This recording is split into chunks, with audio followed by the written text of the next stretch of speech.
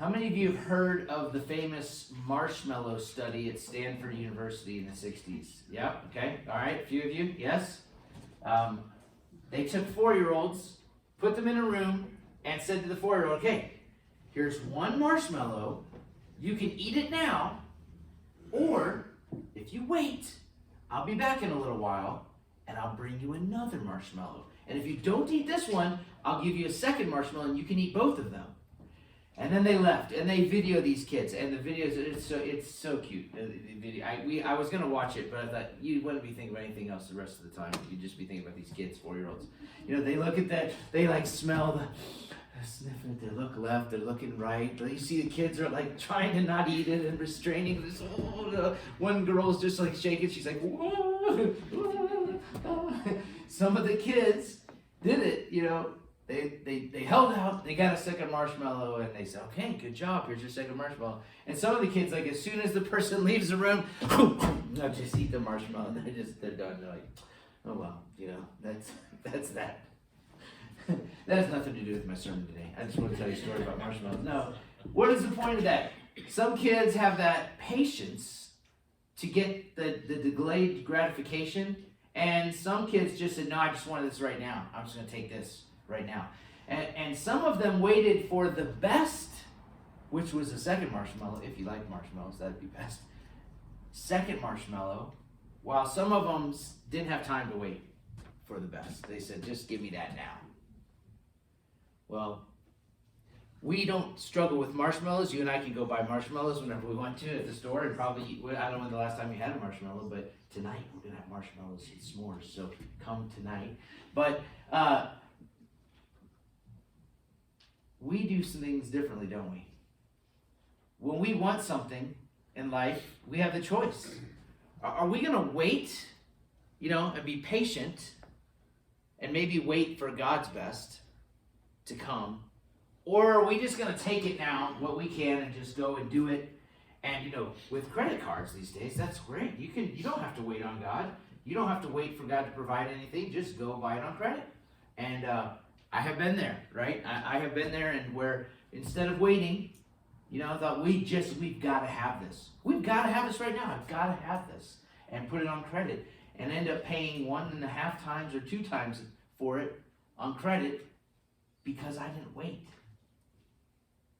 Thinking I needed to have it right away. Well, I don't know if you've ever done that. Maybe you've never done that. Sometimes it's hard to wait on God, isn't it? It's hard to wait for God's best. It's hard to wait for what we think might be coming, especially when there's something else right here that we can take that might not be God's plan or might not be God's best, but you know what? It's right here. It's right here now. And our sermon today is really what happens when we can't wait any longer. We just say, I can't wait any longer. Our sermon is in Genesis 16, and we're going to be looking at somebody who said, that's enough. I can't wait any longer on God's plan. And we're going to look at what happens when we can't wait any longer. And we're going to learn from actually something that wasn't good, how to wait for God's plan. And so you're going to see a plan here, someone else's plan. You're going to see some pain. And then you're going to see God's pardon. You're going to see how God comes in and steps in despite someone's inability to wait for his best plan. We're talking, of course, about Abram. We're in our series about Abraham, and he's still Abram. I'm ready to call him Abraham in the sermon, but he's still Abram here in Genesis 16. And you know, Abram had the promise from God from Genesis 12, and the promise really came down to 2 things. Came down to people, his descendants, that God was going to give him offspring and make him a great nation, and the land. And really those 2 are tied together, aren't they? Because if he's promised this land for his generations, but he has no descendants, then that land goes to somebody else, and it's not really his land at all. So really, it's this progeny, this offspring, this family that God has blessed him with, promised to bless him with. That's his promise he got in Genesis 12. It's repeated in Genesis 15. We looked at that 3 weeks ago. We looked at that last week. God's promise is affirmed. It's repeated. He says, I'm going to give you offspring. He says, no, I don't have any kids, so it's going to be one of my servants. He says, no, one of your offspring, your son, your very son, he says to him, is going to be the one that's going to do all this, that I'm going to bless with this land, that his descendants are going to be the ones that I give this land to. So he said, I'm going to make you a great nation. I'll bless your name. You'll be great. All those people. Your very son will be your heir. That's in Genesis 15:4. He says, your very son is going to be your heir, Abram. And Abram, remember, he believed, and God counted it to him as righteousness. And we looked at that. And then we looked at, God even gave a covenant with Abram. Last week, he had Abram break up these animals and split them up, and then a flaming torch inside of a pot went through those two animals. In essence, God's saying, I am establishing this covenant. I am going to see it through. I'm going to make sure this happens. I give you my word. I'm showing you. I'm making a covenant with you. This is what's going on. Well, despite that, despite God's affirmation, despite the covenant he made with him, we come to Genesis 16 and we read that Sarai, who's Sarai at this time, is barren. She hasn't had children. She comes up with an idea. Abram, I don't think I'm going to be able to have children. I have this servant, Egyptian servant. Why don't I give you her as a wife? Why don't you take her as a wife? And the children that she has will kind of be my children, because it's my servant that I'm giving you as my wife. She will have children for us, and they'll be our children, and that's my plan. Abram listens to Sarai, and he takes a second wife. He takes this Egyptian servant to be his wife, and she becomes pregnant. Well, what started out as possibly a good idea in Sarai's mind to have a child quickly turns. Before we even jump into Scripture, though, I want to point out something. When did they get this Egyptian servant, this maidservant for Sarai? She's Egyptian, so the is probably in Egypt, right? Remember? When did they go to Egypt? Genesis 12, there was a famine in the land. God brought them into the land and said, this is your land, but there's a famine. And instead of staying there, Abram went into Egypt. And we don't get a commentary whether that was good or bad, just that he did that. But we do get a commentary that something was bad. Remember what he did when he went to Egypt? What did he say? Sarai, oh, she's my sister. Is this your wife? Oh, no, she's my sister. Pharaoh took her because she's very beautiful to be one of his wives, because that was what the Pharaoh would do. And all these plagues came upon Egypt, and the Pharaoh, before they went very far with the marriage, realized this is not good. Something's going on. There are these, and we don't know how, but somehow all these plagues brought the Pharaoh to the point that this man this is not his sister. This is his wife. And he came to talk to Abram. He said, this is not your sister. This is your wife. And he said, well, I was afraid that you do something to me and kill me and take my wife. But my point is this. In that passage, in Genesis 12:16, it says this. And for her, that's Sarai's sake, he is the Pharaoh, dealt well with Abram. He gave him sheep, oxen, donkeys, servants, female servants.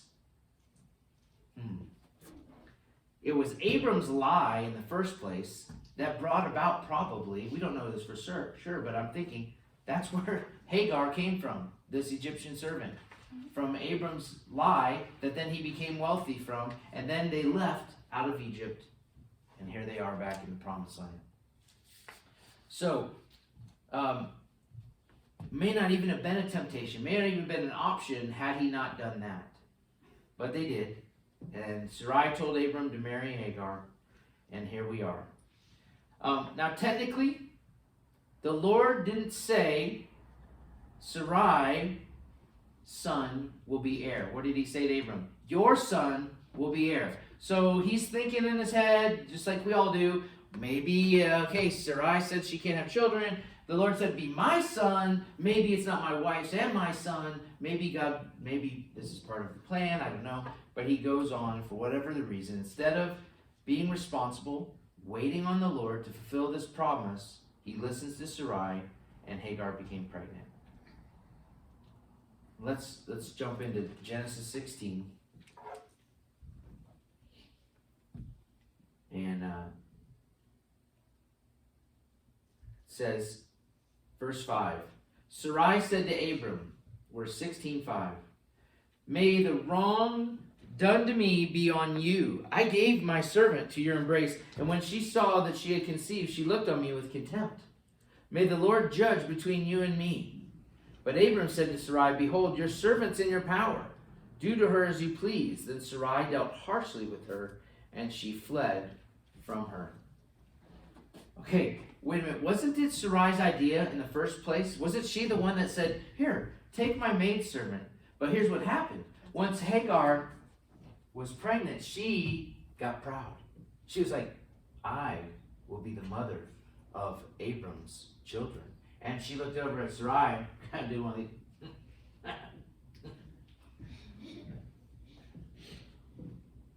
And how did Sarai feel? A little mad? She was not just a little mad. But she was the one that started this. It's her idea to have this happen. A lot of times in life, we get into messes. We get mad at God. We get mad at other people when the blame is on us, right? The blame is on Sarai. Sarai, you were the one that came up with this idea and told Abram to do it. Now, it's Abram's responsibility to act and not just listen. Does this story remind you of anything in the Bible? What season are we in? The fall. Remember what happened in the fall?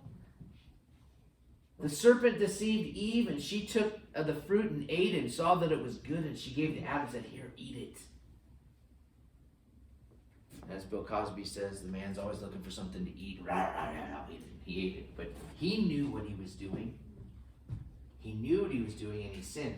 And it's not right for us to say, oh, it was Eve's fault. No, it's Adam's fault. He was the man. He was supposed to take responsibility. He was standing there, probably with Eve, when the serpent was talking to her. And then when she grabbed it, he should have said, no, Eve.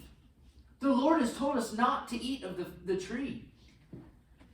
And then once she ate and she gave to him, he should have said, no, Eve, I'm not going to eat this. But he didn't. Just like Abram should have said, no, Sarai, you are my wife. You are the one that the Lord has given me. You are my wife. And even though I lied about you being my wife before, now you're my wife. And I'm going to be faithful to you. I'm going to listen to the Lord. And I'm going to wait. I'm going to be patient. I'm going to know that he is going to bring about what he said he would do. But he didn't. And now he's in a mess. And now Sarai's in a mess. And now Hagar's in a mess. Because Hagar is now in a place that she shouldn't be. And now she's excited to be a mom. She's happy about that. But now she's taking over the place of Sarai in the family of Abram and Sarai in their order. And that's not right.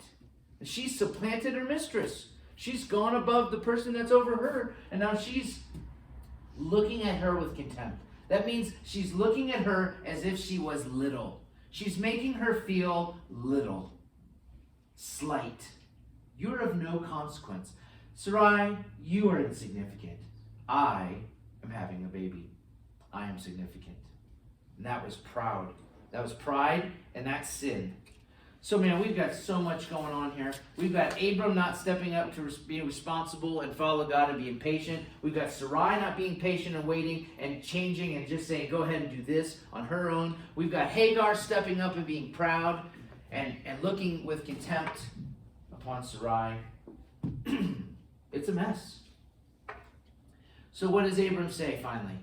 Fine. You're over her. Even though she is having a child, you're over her. Do whatever you want to her. So what does she do? She says, well, oh, you think you're going to look at me with contempt? I'm going to treat you harshly. She probably made her do extra laundry and, clean out the dishwasher extra times and all the things that, Abram's wife would have had to do. But all the chores. And she was also probably very mean to her, very rude. Do we ever do that to get rid of somebody? Take out on people? Are we ever mean to people with our words? That passive aggressive, instead of just coming out and saying something to them. So it seems like Sarai is taking it all out on Hagar. And now Hagar isn't proud. She's overwhelmed. And she fled. She ran away. It was too much for her. She wanted to just run away. Is that a good answer? Run away? I don't think that's a good answer either. We're going to see why that's not a good answer here in the next little bit. Look with me in verse 7. Who's going to solve this problem? This is a big mess we're in. I guess we're going to need the Lord. Verse 7. The angel of the Lord found her by a spring of water in the wilderness, the spring on the way to Shur. He said, Hagar, servant of Sarai, where have you come from and where are you going? She said, I'm fleeing from my mistress Sarai. The angel of the Lord said to her, return to your mistress. Submit to her. The angel of the Lord also said to her, I will surely multiply your offspring, so that they cannot be numbered for multitude. And the angel of the Lord said to her, behold, you are pregnant. You shall bear a son. His name shall be Ishmael. Because the Lord has listened to your affliction. He shall be a wild donkey of a man, his hand against everyone, everyone's hand against him. He shall dwell over against all of his kinsmen.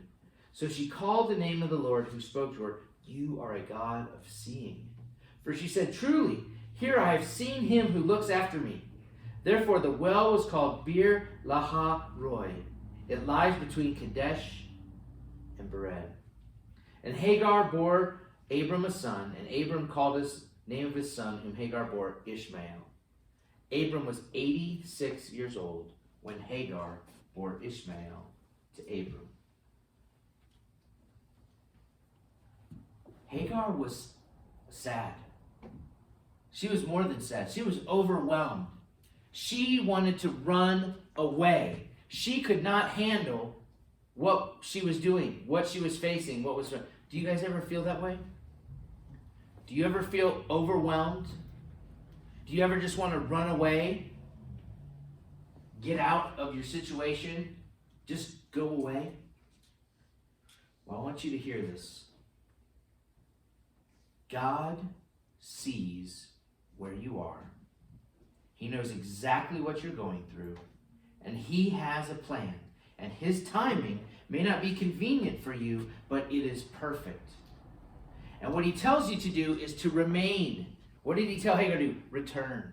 Go back to your mistress. He tells you to remain in where you are. Now, there are times God has you leave jobs or leaves things. But He tells you to remain in your situation and that He sees you. I want you to hear that. God sees you. Kids, God sees you. He knows where you are. He knows who you are. He knows what you're going through. You're not alone. God is the God who sees you. And He not only sees you, He's the God who can do something for you. And can act and can encourage you. And can lift you up and strengthen you. Just as He does here. Now, when you see the angel of the Lord in Scripture, I think it's a safe assumption to talk about this as God. And not only God, but the second person of the Trinity, Jesus, the pre-incarnate Christ. We don't have definitive answers on this, and not everyone maybe agrees with that. But here are some things that the angel of the Lord can do and only does. The angel of the Lord, that phrase is only used up until the New Testament when Christ comes. After Christ comes and is born, we never see the angel of the Lord appearing again. Second, the angel of the Lord, he receives blessing and he receives praise from people. Not just here, but in other places. We have the angel of the Lord, people bowing down to worship him.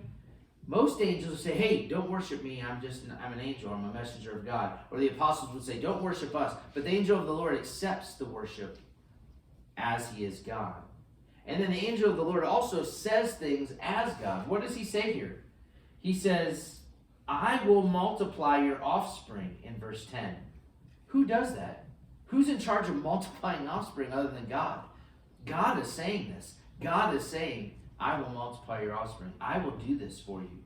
I will do this. I see your affliction. And then what does Hagar call him? You are a God of seeing. That's who she says she saw. The God of seeing, the God who sees her. And the name of that well that she has there is called the well of the living one who sees me. All those funky words there mean the well of the living one who sees me.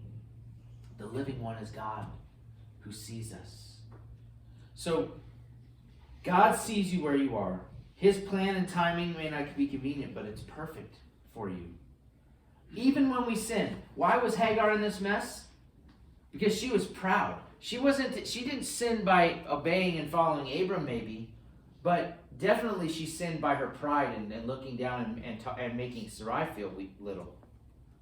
But even when she sinned, even when she did this, even when she fell short, God saw her.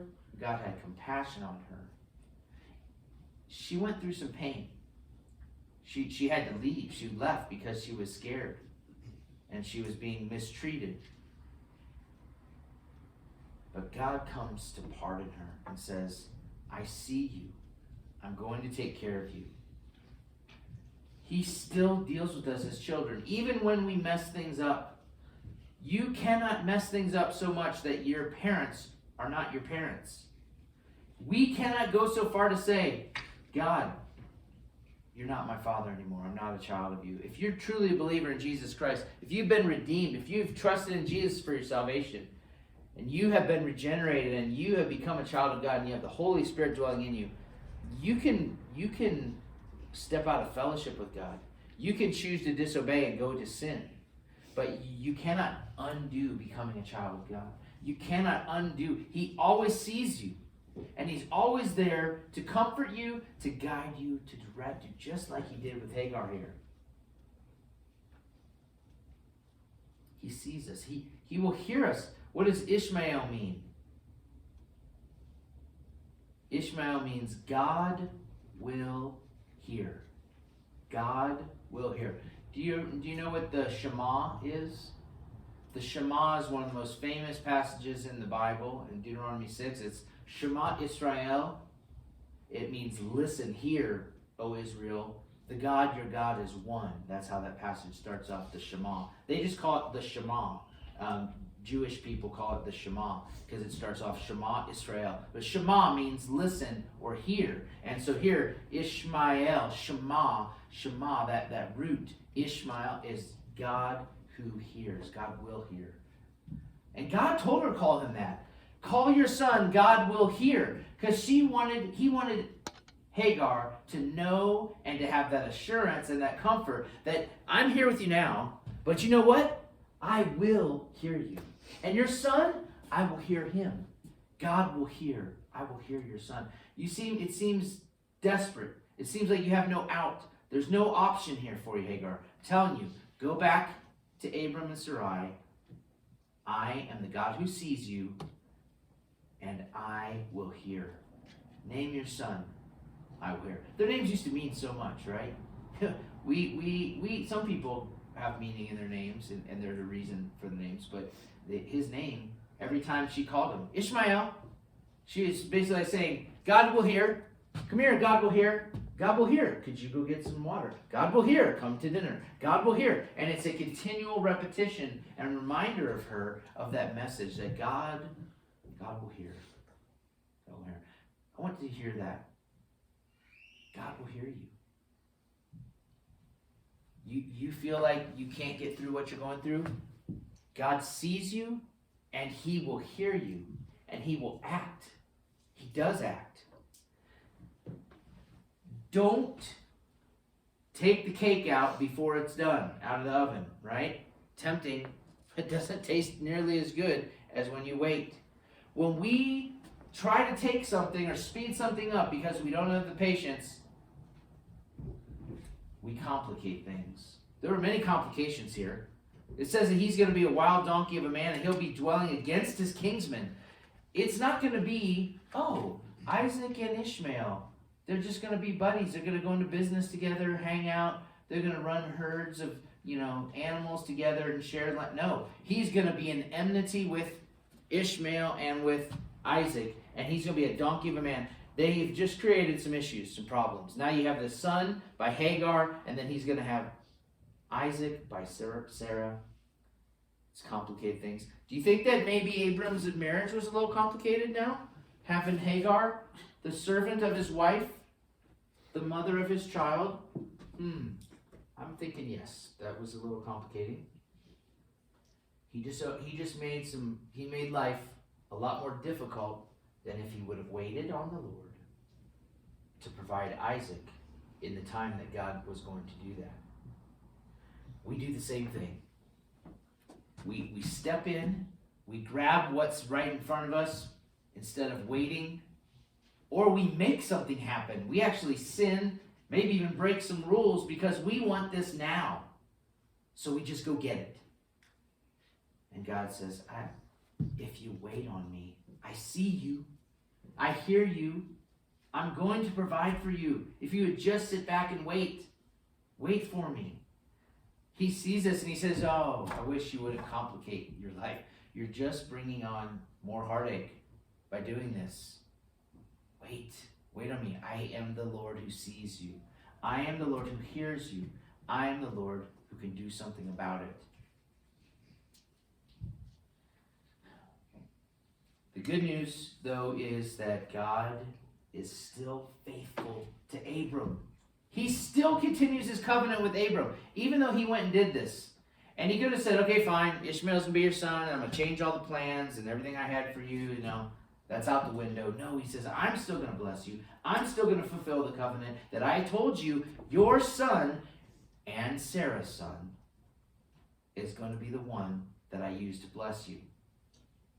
He's still faithful to his covenant. He's still good. He's so good to Hagar, to bring her back and comfort her and say, no, come back. I'm going to take care of you. I see you where you are. I know what you're going through, and I am the God who hears. I'm the God who will hear for your son and for you. My message to you is this: don't take matters into your own hands. Wait on Jesus and let him fulfill his promises to you according to his time. Don't take matters into your own hands. Wait on Jesus and let him fulfill his promises to you according to his timing. Now, I have many examples I could give you of doing the bad, of speeding things up or grabbing the cake out of the oven before it was ready because that's what I wanted.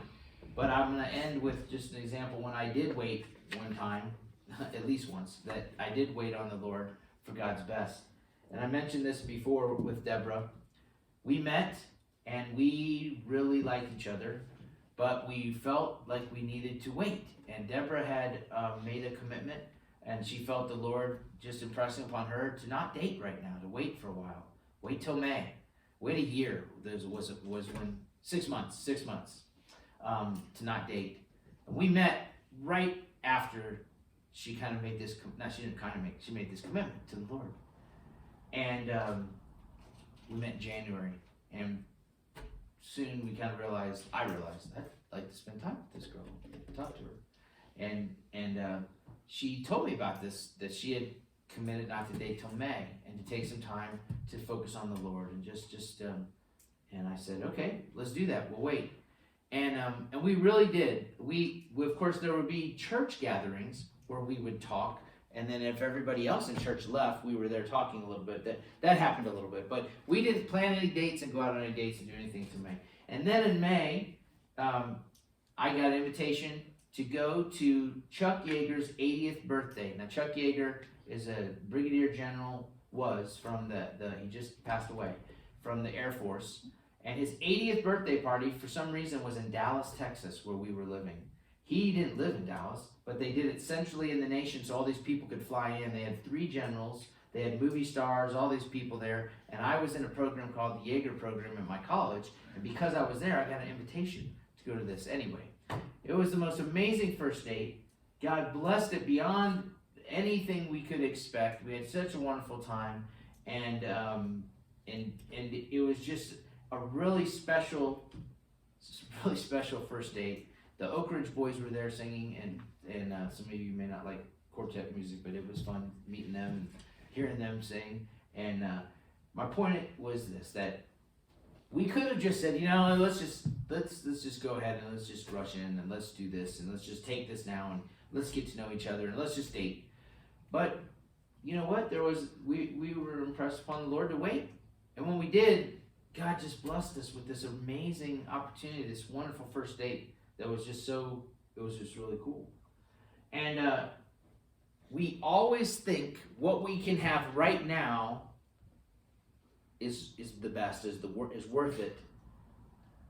But if God has impressed upon you something, to say, just wait. Or if you're going stepping out of bounds, like putting things on credit cards because you want this now, or breaking rules.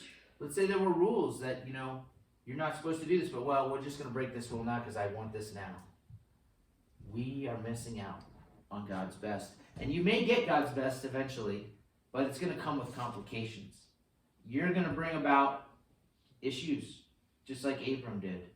So my encouragement to you is, don't take matters into your own hands. Don't try to make things happen. Don't proceed when you're forcing things. You know when you're forcing things, there's a lot of pushback, and you have to keep pushing against God to keep going forward. Or you can sit back, wait on the Lord to fulfill his promises for you in his time. And when you do that, you're going to experience God's best. You're going to experience God's best. And it might be something different than what you thought would be God's best. But know that he sees you. God sees you. He sees you. He will hear you. When he says he will hear you, he means he will act. He will hear you and he will act. You're not alone. God sees you right where you are, whatever you're going through. He loves you. The Holy Spirit is with you if you're a believer in you. Know that God sees you. Know that he hears you. Just wait. It's hard. I know it's hard to wait. But wait. Wait on God to bring you his best.